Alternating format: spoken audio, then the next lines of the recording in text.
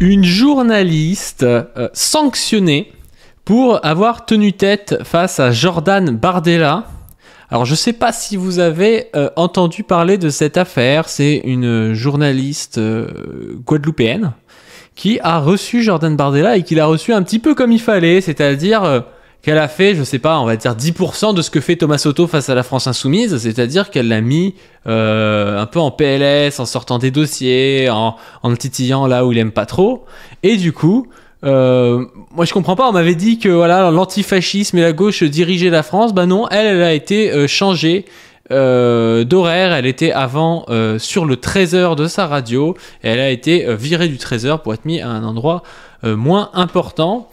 C'est Nassira El Moadem qui met 5 parlementaires de Guadeloupe, dont l'ancien ministre Victorin Lurel, fustige la mise à l'écart de l'antenne de RCIGP de la journaliste présentatrice Barbara Olivier Zandronis après son interview impeccable de Jordan Bardella le 8 décembre.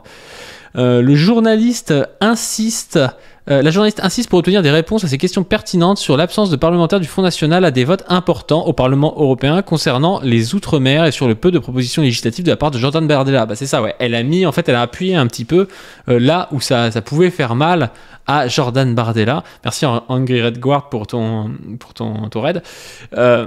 Et du coup, ce qui s'est passé, c'est que Jordan Bardella a répondu « Arrêtez d'être agressive ». Elle a répondu « Je vous pose des questions, vous répondez à côté ». Et puis le président du RN demande à Barbara Olivier Zandronis « Vous avez votre carte dans quel parti politique, madame, dénonçant être agressée ?»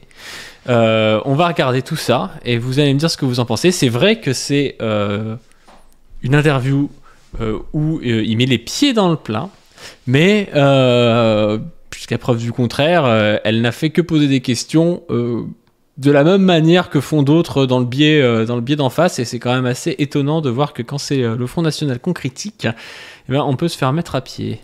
Alors on va écouter tout ça. Les 6 et 9 juin prochains, vous serez appelés à voter pour les députés qui iront défendre les intérêts de nos régions au Parlement européen. Pour préparer ses troupes et convaincre les électeurs, le chef de file du Rassemblement national, Jordan Bardella, est en visite aux Antilles. Après un court passage en Martinique, il est arrivé en Guadeloupe où il a tenu hier soir une réunion publique dans un hôtel du Gosier. Près de 200 personnes étaient présentes selon l'AFP. Un rassemblement qui s'est déroulé sans le moindre incident, a-t-il été précisé. Contrairement à Marine Le Pen qui, souvenez-vous, avait été huée et exfiltrée dans un autre hôtel du Gosier lors de son premier déplacement en Guadeloupe l'an passé. C'est trop drôle parce que vraiment, elle le clash et tout. Là, faut se dire que la meuf, elle est en face de Bardella et que Bardella, il se tape 2 minutes déjà de présentation qui explique, oui, bon, bah d'habitude, on les vire à coups de pied au cul, mais bon, là, on l'a laissé un petit peu venir. Qui est Jordan Bardella, décrit par certains comme la marionnette de Marine Le Pen et d'autres comme le dauphin ou dans l'ongle, son portrait tiré par Cécile Loyal.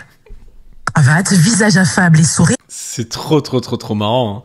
Air de circonstance, Jordan Bardella est l'incarnation de la dédiabolisation de l'extrême droite. Né à Drancy en Seine-Saint-Denis dans une famille modeste issue de l'immigration italienne, il a connu une ascension fulgurante au sein du FN devenu Rassemblement National, occupant dès 19 ans son premier poste à responsabilité. Il forme peu à peu un duo solide avec Marine Le Pen, élu député européen en 2019, puis président du parti RN en 2022. Jordan Bardella apparaît comme une figure d'autorité, son discours identitaire de défense d'une civilisation européenne focalisée sur l'immigration séduit en particulier les classes moyennes supérieures et les retraités. Les classes moyennes supérieures et les retraités, et là elle le fait passer vraiment pour un FDP à la botte de la bourgeoisie qui a trahi sa famille d'origine immigrée et qui se retrouve voilà à cracher sur l'immigration pour faire le jeu des bourgeois quoi. Voilà, toute ressemblance avec le réel n'est que fortuite évidemment. Le pire, c'est que c'est la vérité. Bah oui, c'est exactement ça. L'eurodéputé qui n'hésite pas à adresser des clins d'œil à l'électorat de gauche avec des thèmes comme le pouvoir d'achat et l'opposition à la réforme des retraites. Omniprésent dans les médias, il jouit d'une belle cote de popularité dans les sondages d'opinion. Jordan Bardella, qui ne cache pas son admiration pour l'ancien chef de l'État Nicolas Sarkozy, veut à son tour décrocher la clé du pouvoir. Une ambition qui passe par les Outre-mer, la Guadeloupe étant une terre d'avenir pour les idées du RN, selon l'élu. Le rôle joué par ce chef de parti pourrait se renforcer alors que Marine Le Pen sera jugée avec 26 autres personnes à l'automne 2024 pour détournement de fonds publics dans l'affaire des assistants d'eurodéputés. Mais avant cela, Jordan Bardella devra conserver son fauteuil à Strasbourg le 9 juin prochain lors des élections européennes. Non, mais vous avez vu l'intro déjà, on sait qu'on va avoir à faire un truc de marrant quand même. Un portrait signé Cécile Loyal. Bonjour Jordan Bardella. Bonjour et merci de votre invitation. Merci de l'avoir accepté. C'est bien la première fois qu'un représentant national du Rassemblement national parvient à tenir une réunion publique en Guadeloupe. Jean-Marie Le Pen n'avait pas pu poser ses pieds sur le sol antillais en 1987. L'an passé, c'est Marine Le Pen qui avait été bien chahutée, il faut le dire, et même exfiltrée. Cette année, les organisations autonomistes et indépendantistes de la Guadeloupe ont choisi, si je peux me permettre de le dire, de vous laisser tranquille, de ne pas intervenir, en tout cas physiquement, juste avec l'envoi d'un communiqué de presse déplorant votre présence. Est-ce que vous pensez qu'ils vous estiment inoffensifs, pas encore affranchis finalement de la figure tutélaire de Marine Le Pen, en clair un candidat qui n'est pas vraiment audible sous nos latitudes? Bah, peut-être. Vous avez vu cette dinguerie, elle dit oui, bon voilà, nous on a des indépendantistes qu'on en marre en fait, des colons comme vous. Bon, peut-être que vous, on vous considère pas encore comme quelqu'un de très dangereux, donc on vous laisse passer, mais vous inquiétez pas que la prochaine fois, si vous avez pris un peu de galon, on vous laissera pas passer. C'est ça énorme comme truc, hein. Peut-être que ces organisations ont ouvert un dictionnaire à la page du mot démocratie, voilà, et ont vu que lors de la dernière élection présidentielle, Marine Le Pen a réuni près de 70% des voix ici au second tour en Guadeloupe.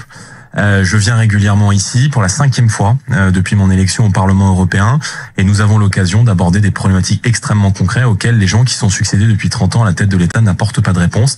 Rien à voir avec le rejet de Macron, hein, les 70% au second tour. Hein. Alors, on ne demande pas pour qui les Outre-mer ont voté au premier tour. Hein. On ne demande pas, hein, c'est pas du tout pour Jean-Luc Mélenchon. Hein. C'est vrai sur le coût de la vie, mais c'est aussi vrai sur l'insécurité qui se multiplie sur l'ensemble du territoire et qui ne trouve aucune réponse.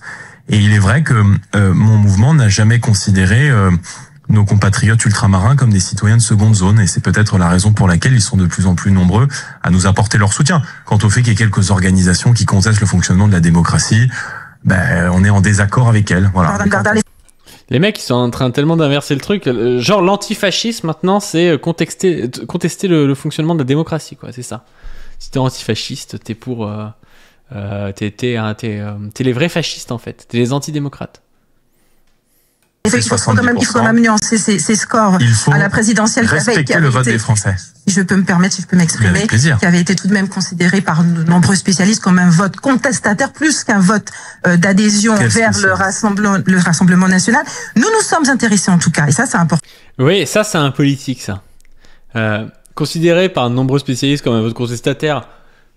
Et il dit quel spécialiste, alors que c'est dur de sortir un spécialiste comme ça là au moment, alors que oui, il y a des spécialistes qui considèrent le vote Front National comme un vote contestataire, c'est pas nouveau, mais c'est vraiment des trucs de rhétorique, parce que tu mets mal à l'aise ton interlocuteur, et heureusement que là c'est elle qui dirige le truc, parce que sinon c'est compliqué de répondre quel spécialiste à l'instant T, quoi. Pourtant, à votre intérêt pour les problématiques qui concernent nos territoires, nous avons été surpris de constater votre absence sur les questions qui concernent les RUP, les régions ultra-périphériques dont font partie la Guadeloupe et la Martinique. Pourtant, les sujets ne manquent pas. Il y a le chlordécone, la reconnaissance d'un crime d'écocide voté au mois d'avril par les députés européens, le vote du renouvellement de la flotte de pêche en octobre. Les députés du RN étaient absents. Beaucoup se sont interrogés. T'as le met en sueur, hein. C'est excellent. Hein. Je sais pas si s'attendaient à ça, mais c'est vraiment la sueur. Hein. Nos régions n'ont-elles pas ont-elles des propositions, je veux dire plutôt uniquement sur papier et pas dans les faits, pas au niveau du Parlement européen? D'abord, nous étions présents, premièrement. Deuxième, madame, si Et vous n'avez pas voté? Si nos compatriotes d'outre-mer estimaient que le Rassemblement national ne les défendait pas, alors ils ne voteraient pas en faveur du Rassemblement national. Je vous rappelle que... Oh là là, le gaslight, ouais, ils voteraient pas pour nous si on foutait rien, alors que les mecs, tout le monde sait qu'ils foutent rien au Parlement, ils sont pas là une fois sur deux, ils proposent rien, enfin... Fédération des populations, je vous parle du vote au Parlement européen, vous êtes absent sur ces problématiques. Vous avez, madame, vos questions, j'ai mes réponses. Je vous rappelle que Marine Le Pen est la seule députée française qui n'est pas issue des territoires d'outre-mer à avoir évoqué à l'Assemblée nationale... Pourquoi n'avez-vous pas voté en faveur, justement, de cette reconnaissance d'écocide, ou par exemple... Elle bégaye pas, le mec. On lui dit mais pourquoi est-ce que vous avez pas voté pour la reconnaissance de l'écocide et les trucs par rapport au chlordécone et tout? Il répond oui, mais Marine Le Pen l'a évoqué à l'Assemblée nationale. Oui, d'accord, mais si t'as pas voté pour, les mots c'est bien, mais les actes c'est mieux quand même. Renouvellement de la flotte de pêche. On sait que c'est une problématique qui est criante ici. Les pêcheurs se plaignent régulièrement. Madame, pourquoi le Rassemblement national n'a pas voté? Non, je vous laisse. Merci beaucoup. Marine Le Pen est la seule députée qui n'est pas issue des territoires d'outre-mer à avoir précisément... Et la seule à pas voter au Parlement européen. Oui. en faveur de ces problématiques. Oui, pour une raison très simple, madame, c'est que Marine Le Pen n'est pas députée européenne. Elle est députée à l'Assemblée nationale. Et Marine Le Pen... Ouais, ça, c'est de la rhétorique. C'est-à-dire que le mec, il dit oui, c'est parce qu'elle n'est pas au truc européen. Non, mais c'est pas ça le propos. Le propos de la journaliste, c'était de dire les députés des FN n'ont pas voté au Parlement européen. C'est ça le problème. C'est pas si Marine Le Pen ou pas est au Parlement européen. Le Pen, si je peux aller au bout de ma phrase, est la seule députée qui n'est pas issue des territoires d'outre-mer à avoir évoqué à l'Assemblée nationale les problématiques du chlordécone et la problématique des sargasses. Madame Bardella, je suis obligée de vous couper, puisqu'en fait, il ne faut pas qu'on se déplace de sujet. Je ne parle pas de l'Assemblée nationale, on parle du Parlement européen. Oui, Marine Le Pen n'est pas députée européenne. Les députés du Rassemblement national ne votent pas en faveur des questions qui concernent les RUP. Les bourgeois qui ont engagé cette meuf là, qui sont à la tête de la radio, en sueur. En sueur.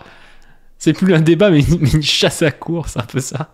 Parce que lorsque ces textes sont contraires, aux intérêts, il faut pas se fier, madame.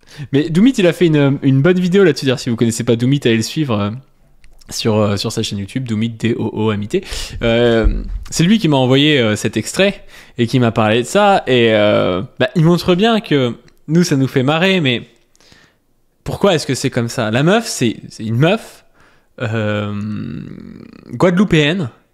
Bardella, il représente le mec blanc qui a une pensée néocoloniale et tout, par essence, quoi. Donc c'est vraiment tout ce dont on peut se battre quand on est guadeloupéen, indépendantiste, de gauche, communiste, tout ça. Il y a tout qui va vers le fait de rejeter Bardella, quoi.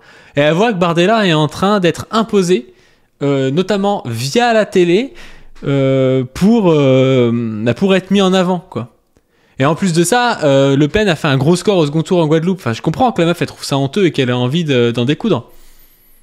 Madame, on peut rentrer, si vous voulez, dans l'intimité du dossier. Lorsque vous vous fiez au titre du rapport, je vous invite à regarder le fond du texte. Et pour passer énormément de temps auprès de nos agriculteurs et auprès de nos pêcheurs, je peux vous dire qu'ils sont extrêmement critiques à l'égard de la politique de l'Union européenne, qui multiplie depuis maintenant 15 ans en France et en Europe les accords de libre-échange, qui mettent aujourd'hui nos pêcheurs et nos agriculteurs en concurrence avec des... Mais c'est vraiment le blabla d'extrême droite, gna gna gna. Le gars, on lui dit pourquoi est-ce que t'as pas voté pour ce truc précis? Il dit oui, mais nous on connaît nos pêcheurs, machin. Et eux, ils sont contre le libre-échange européen. T'es contre le libre-échange, Jordan Bardella? Est-ce que tu es contre le libre-échange? Est-ce que déjà t'es contre l'Union européenne aussi? Enfin, t'es ni contre l'Union européenne, ni contre le libre-échange. Qu'est-ce que tu viens nous emmerder à nous expliquer? Voilà, le libre-échange européen, ils aiment pas ça, nos pêcheurs, et nous on est avec les pêcheurs. C'est faux, en fait. Des produits qui ne respectent aucune des normes économiques, sociales, sanitaires, environnementales qui leur sont imposées. C'est vrai sur la pêche, c'est aussi vrai sur la filière agricole de la banane. Et face à ça, nous prenons l'arrêt de ces accords de libre-échange et le patriotisme économique pour faire en sorte que nos producteurs, nos productions et nos agriculteurs aient une priorité, notamment dans la commande publique. Donc en fait, en gros, ça donc vous ne votez pas, vous êtes absent sur ces questions. Je ne vote pas les textes qui sont exactement, madame. Je ne vote pas les textes qui... Ouais, putain, elle dit, vous faites pas de proposition non plus. Bah ouais, si le mec dit le texte est pas bien fait, une proposition sur un texte que tu trouves bien. Et pas de proposition non plus. Mais je viens de vous faire une proposition, mais si vous décrochiez quelques instants de votre fiche pour écouter mes réponses, peut-être que vous entendriez mes propositions. Dans ce que je dis. Non, vous n'êtes pas précise, madame. Je ne vote pas les textes qui sont contraires aux intérêts des pêcheurs. Et je peux vous dire qu'en la matière, nos pêcheurs savent que la politique qui est menée par l'Union européenne est une politique qui a pour but la fin de la pêche traditionnelle et de la pêche artisanale. En consultant votre... Non mais... Ces mecs, tout est leur contraire. Ils sont capitalistes, mais ils seraient pour conserver la pêche traditionnelle. Il est pas contre l'UE, mais il fait quand même semblant qu'il est contre l'UE. C'est vraiment foireux, quoi, comme truc. Votre profil où sont répertoriées toutes les actions des députés européens, parce que ça, c'est pas compliqué. J'ai pu constater que vous intervenez souvent au Parlement européen. Tout à fait. Énormément. Et j'ai parmi les meilleurs taux de présence du Parlement européen. Mais peu de propositions. Je n'ai d'ailleurs trouvé qu'une seule proposition. Elle est très récente, elle concerne le Hamas pour intervenir en Israël. En 2 législatures, est-ce que c'est pas un peu léger? Nous avons, madame, déposé 14 000 amendements depuis 2019. Les Républicains ont déposé 6 000 amendements. Donc nous sommes extrêmement présents dans l'hémicycle du Parlement européen. Ils ont disparu du site internet du Parlement européen, vous concernant? Absolument pas, j'ai moi-même... Parce que je parle de vous, là. J'ai moi-même... Arrêtez d'être agressive, madame. Mais pas du tout, mais je vous pose une question, mais si vous êtes... Non, mais si vous êtes agressive... Ouais, mais c'est une putain d'escroquerie, le mec. Tu dis, mais pourquoi vous avez posé qu'une proposition depuis que vous êtes élu? Ouais, on en a proposé beaucoup, et puis il parle d'amendements, c'est n'importe quoi. Hein. C'est faux, j'avais vu la fiche de Aubry sur eux. Oui, ils foutent rien au Parlement européen, le RN. Agressif, à ce moment-là, je m'en vais, vous voyez, et vous terminerez la fin de l'interview, et vous terminerez la fin de l'interview. Mais vous pourrez répondre aussi vraiment aux questions. J'ai l'un des meilleurs taux de présence du Parlement européen, près de 92%. Maintenant, nos compatriotes savent que nous sommes dans l'opposition. Et puisque nous sommes dans l'opposition, le bilan incombe aux gens qui sont au pouvoir depuis 2019. Et je peux vous dire que le bilan des macronistes et le bilan de ceux qui se partagent la politique au niveau européen depuis 30 ans. Je suis d'accord, le bilan incombe à ceux qui sont au pouvoir, mais il faut pas me faire croire que le RN, ils veulent un grand changement par rapport aux lois qui sont votées actuellement, surtout avec le virage droitarde qu'il y a avec Darmanin, Macron, quoi. Parce que c'est une même majorité qui se partage le pouvoir depuis 30 ans, il est absolument pas fameux. Et qu'en matière d'agriculture, puisque nous parlions de la pêche, c'est un nouvel accord de libre-échange qui a été négocié avec la Nouvelle-Zélande. C'est la multiplication mois après mois d'accords de libre-échange qui fragilise aujourd'hui nos filières. Nous nous y sommes opposés et c'est la raison pour laquelle je sollicite le suffrage des Français au mois de juin prochain, que ce soit le 8 juin ici ou le 9 juin en métropole, pour que nous soyons le plus nombreux possible dans l'hémicycle du Parlement européen. Mais vous savez, les Français sont pas dupes, nous sommes dans l'opposition. Donc nous luttons avec les moyens qui sont donnés aujourd'hui au mouvement d'opposition dans l'hémicycle du Parlement européen. Et si les Français veulent que nous réglions les problèmes, il faut demain que nous arrivions au pouvoir. C'est vrai aux élections européennes, mais c'est aussi vrai lors de la prochaine élection présidentielle. Il est quand même très bon en rhétorique, ce mec-là, je trouve. Hein. Parce que là, il s'énerve pas et tout. Et c'est pour ça aussi, des fois, qu'on pêche avec Mélenchon. Parce que Mélenchon, moi, je connais plein de gens qui sont d'accord avec lui, je pense, sur le fond, mais qui l'aiment pas parce qu'il va s'énerver et tout. Alors, soit on l'adore, soit on le déteste. Alors que lui, je pense qu'il arrondit un peu plus les angles et c'est pas plus mal pour être éligible. Avec des propositions aussi pour la prochaine. Parfaitement, totalement. Rendez-vous que bientôt. Nous continuerons à défendre. Vous ferez. Jordan Bardella, Bardella a déposé 21 amendements versus Aubry 3460 amendements. Ouais, c'est délirant. Hein. Il y a des questions de fond, mais il y a aussi le poids des mots. Dimanche dernier, vous teniez un discours lors d'un grand meeting du groupe européen Identité et Démocratie en Italie. Le Rassemblement national est membre fondateur et qui a rassemblé les principaux partis d'Europe considérés d'extrême droite. Vous avez déclaré que l'Europe, et je vous cite, ne peut pas devenir une auberge 5 étoiles pour l'Afrique. Est-ce que vous estimez que les trottoirs parisiens, les campements de fortune de Calais ont des points communs avec les auberges 5 étoiles? J'estime que... Putain, la question! Il faut vraiment être FDP pour dire que l'Europe est une auberge 5 étoiles pour l'Afrique ou les gens pensent que c'est destiné à ça, quoi. C'est ouf, hein. Que notre pays est parfois plus généreux avec des gens qui arrivent dans notre société qu'avec nos propres compatriotes. Vous savez que la France offre par exemple l'aide médicale d'État. Mais c'est absolument faux, c'est pas plus généreux avec les gens, les étrangers qu'avec les gens sur place, c'est n'importe quoi. Enfin, t'as déjà vu un étranger qui vit mieux au niveau soins, au niveau logement, au niveau bouffe qu'un gars sur place. Enfin, tendanciellement, c'est évident que c'est faux. Enfin, coûte un peu plus d'1,5 milliard d'euros par an aux finances publiques et qui fait que quand vous mais ça, c'est débile aussi, 1,5 milliard d'euros par an aux finances publiques. Bon, déjà, c'est pas forcément cher payé pour pouvoir soigner des gens. Déjà par humanisme.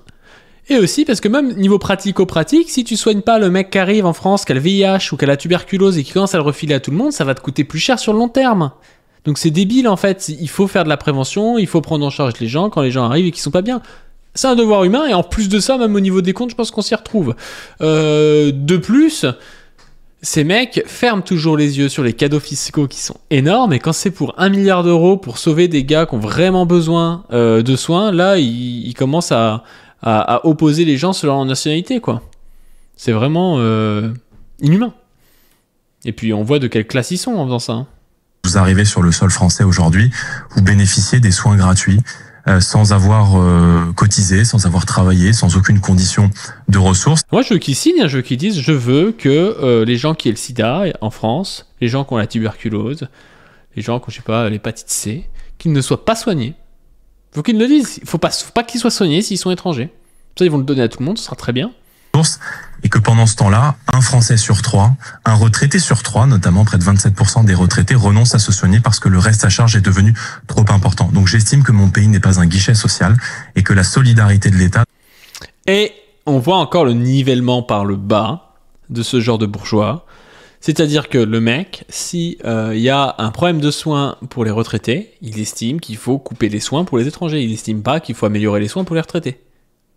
C'est vraiment l'opposition débile, quoi.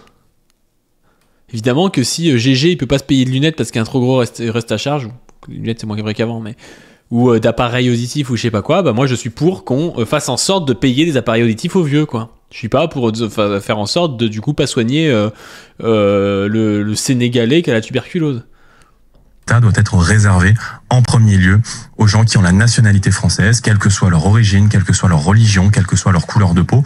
Mais je pense que notre pays est beaucoup trop attractif pour l'immigration et que l'immigration, notamment en provenance d'Afrique, vous savez que la population africaine va doubler d'ici à 2050, va constituer l'un des plus grands défis pour notre continent. Il y a un rapport.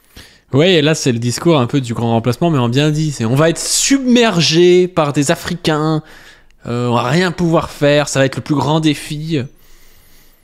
Rapport justement qui vient de contredire ce que vous venez de dire, cette aide est d'une utilité sanitaire et qu'ils estiment d'ailleurs que le projet du Sénat de remplacer l'AME par une aide médicale d'urgence comporte un risque important de renoncement et qu'il n'est pas attractif comme vous venez de le citer. Est-ce que finalement vous regrettez pas ces mots quand vous dites Mais au-delà des maladies graves, juste un rhume qui se transforme en pneumonie, l'addition c'est McDo versus gastronomique.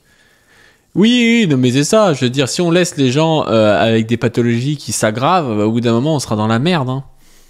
Vous faites cette comparaison à notre... Et je rappelle que le coût de l'immigration est plutôt négatif, c'est-à-dire que je sais plus comment ça s'appelle, mais la différence entre ce que coûte l'immigration et ce que rapporte l'immigration, notamment par l'impôt, par la productivité, par plein de choses comme ça, elle est à l'avantage de l'immigration, ou alors, selon les calculs, des fois elle est équilibrée. L'immigration ne coûte rien à la France. Nos berges 5 étoiles, lorsqu'on voit nous, à la télévision, dans les médias, les gens voient l'opinion publique, même si cette question migratoire est très complexe, comment ces personnes sont, dans quelle situation? On parle aussi d'une misère humaine. Mais madame, puisque vous semblez soucieuse de la misère humaine, j'imagine que vous ouvrez vos appartements aux gens qui fuient la guerre, qui fuient la Syrie, qui fuient des situations difficiles en Afrique. J'imagine que, puisque vous... La meuf est guadeloupéenne, donc je pense que des gens qui fuient la guerre en Syrie, qui sont en Guadeloupe, je suis pas sûr qu'il y en ait tant que ça déjà, et cet argument, c'est un argument de gros libéral. C'est-à-dire que justement, si on veut une organisation sociale qui permet de répondre aux besoins du plus grand nombre, c'est pas en prenant nous, en tant qu'abbé Pierre, sur nos trucs à nous pour... personnellement, parce qu'on peut pas sauver 100 migrants tout seul, enfin ça n'a pas de sens, quoi. Ce qu'on veut par contre, c'est qu'il y ait des constructions de centres, de trucs pour les réinsérer, c'est un argument éclaté au sol, ça. Vous semblez soucieuse du poids des mots, vous mettez vous-même en pratique cette bonté, cette générosité. Mais j'imagine, là je vous parle, sans parler d'altruisme, je parle du fait de choquer des gens avec des mots qui sont durs. On parle d'être humain, Jordan Bardella. Lorsque vous parlez d'auberges de la vieille tour avec des gens qui sont sur des trottoirs, dans des campements, d'auberges de 5 étoiles, excusez-moi, avec des personnes qui sont sur des trottoirs, des gens qui sont dans des campements de fortune, on parle d'être humain. Pardon. Je vais poursuivre, puisque je vois que cette question ne vous sensibilise pas. Oh là là, le mec il doit être ancien, j'aurais bien aimé avoir l'image en plus, ça aurait été drôle, si ça se trouve il est comme ça dans la salle à se dire ouais, je vais me barrer. Difficile de ne pas aborder cette question. L'affaire avait fait grand bruit ici aux Antilles en 2020. La députée européenne qui faisait encore partie de votre parti de rejoindre l'équipe d'Éric Zemmour-Max. Je peux poser la question. Vous avez votre carte dans quel parti? Elle se regarde et lui il est ancien. Elle pose un max de dossiers et tout. Et lui il a pas connu le RN diabolisé parce qu'avant c'était comme ça en pire. Maintenant, les mecs, comme ils ont des Thomas Soto, des mecs qui déroulent le tapis rouge, ils sont pas habitués en fait. Il a pas la peau dure en fait. Je vous pose juste la question, Jordan Bardella. Non, vous ne posez pas des questions, vous m'agressez depuis à peu près 9 minutes. Juste une question. En faisant les questions et les réponses. En 2020, Maxette Pierre-Bacas avait voté, ainsi que tous les députés de votre... Les écoles de journalisme n'ont je vous pose ce qu'elles étaient. Maxette Pierre-Bacas-Grésonnier avait voté, ainsi que tous les députés européens, contre la résolution reconnaissant l'esclavage comme un crime contre l'humanité au Parlement européen. C'est quoi ce truc de baiser? Putain, j'avais zappé ça. Les mecs, ils ont voté contre la reconnaissance de l'esclavage comme un crime contre l'humanité. Putain, c'est des ouf, hein. C'est vraiment des bâtards. Hein. Je vous pose la question de façon très simple, presque naïve. Considérez-vous que l'esclavage n'est pas un crime contre l'humanité ? Je considère qu'elle est un crime contre l'humanité et que la France s'honore à commémorer son abolition tous les 10 mai depuis maintenant plusieurs années, comme c'est le cas par l'intermédiaire du président Jacques Chirac, et que ce n'est pas le rôle de l'Union européenne de s'ingérer dans la gestion de ce type de dossier. Merci Jordan Bardella d'avoir accepté de répondre à toutes nos questions. Ah, il a bien répondu à la fin, hein. Il a bien géré son truc, hein. Bon, du coup, il y a plein de gens qui ont réagi par rapport à ça. On a Olivier Nicolas qui nous dit: il se confirme que la journaliste Barbara Olivier Zandroni s'est écartée de l'antenne après son interview vendredi du président du RN. Journaliste titulaire de la carte de presse, j'ose affirmer qu'il n'y a rien dans cette interview qui mérite une telle sanction, ni erreur factuelle, ni exagération, ni diffamation, ni injure. L'agressivité palpable et le fait de l'interviewer à l'évidence qui est venu délivrer un discours sans contradiction possible. A-t-on à ce point oublié qu'être journaliste, c'est être à la fois pertinent et impertinent? Mais non, mais oui, elle est pas plus dure. Même qu'un Bourdin, des fois, qui va chercher la merde, voilà. Le signal envoyé là est terrible pour les médias devenus en Guadeloupe déjà bien lisses et soucieux de ne pas faire de vagues, ni de déplaire au pouvoir, ni de trop surestimer un débat public qui dès lors se reporte au pouvoir, ni de trop se reporte et se déchaîne sans aucun filtre sur les réseaux sociaux. Bardella pensait esquiver les questions gênantes comme il a esquivé toute rencontre spontanée avec notre propre population. Son plan de com n'a pas fonctionné, ça peut arriver, mais qu'on lui offre le scalp d'une journaliste guadeloupéenne qui fait son job n'est pas acceptable. Jean-Luc Mélenchon qui met: en Guadeloupe, Barbara Olivier Zandronis est renvoyé de l'antenne de RCI après mise en cause par Jordan Bardella. Non mais lui il doit halluciner parce qu'il se fait mettre en cause tout le temps de manière dégueulasse avec des gars qui l'insultent à la télé, qui le menacent de mort et tout. Tout le monde s'en branle, et puis là quelqu'un vient dire: oui, pourquoi est-ce que vous n'avez pas voté ça, monsieur Bardella? Pourquoi est-ce que quelqu'un de votre parti en 2020 n'a pas voté une résolution qui reconnaissait l'esclavage, enfin a voté contre même une résolution qui reconnaissait l'esclavage comme un crime contre l'humanité, quoi. Elle a fait son job, hein. La meute médiatique qui s'est jetée sur moi pour un tweet au prétexte de la défense du métier reste dans le silence. Cette indignation à géométrie variable est l'aveu d'une dérive nauséabonde. Et donc la mise à l'écart d'une journaliste radio en échange d'un échange tendu, en raison d'un échange tendu avec Bardella provoque un tollé. Enfin voilà, je sais pas ce que vous en pensez, mais après Mohamed Kassi, on a aujourd'hui Barbara Olivier Zandronis, qui est écarté du 13h. Alors, je crois qu'ils ont rétro-pédalé, hein. RCI s'est écarté du 13h finalement, c'est pas écarté de l'antenne totalement, mais ça reste totalement honteux. Et sur ce, je vous invite toujours comme d'habitude à donner sur le Tipeee autogéré qui nous permet d'acheter du matos, d'avoir une meilleure image comme aujourd'hui, et puis d'avoir un meilleur son, et on va pouvoir comme ça se mettre à faire des interviews dès l'année prochaine en réel, et ça va être cool.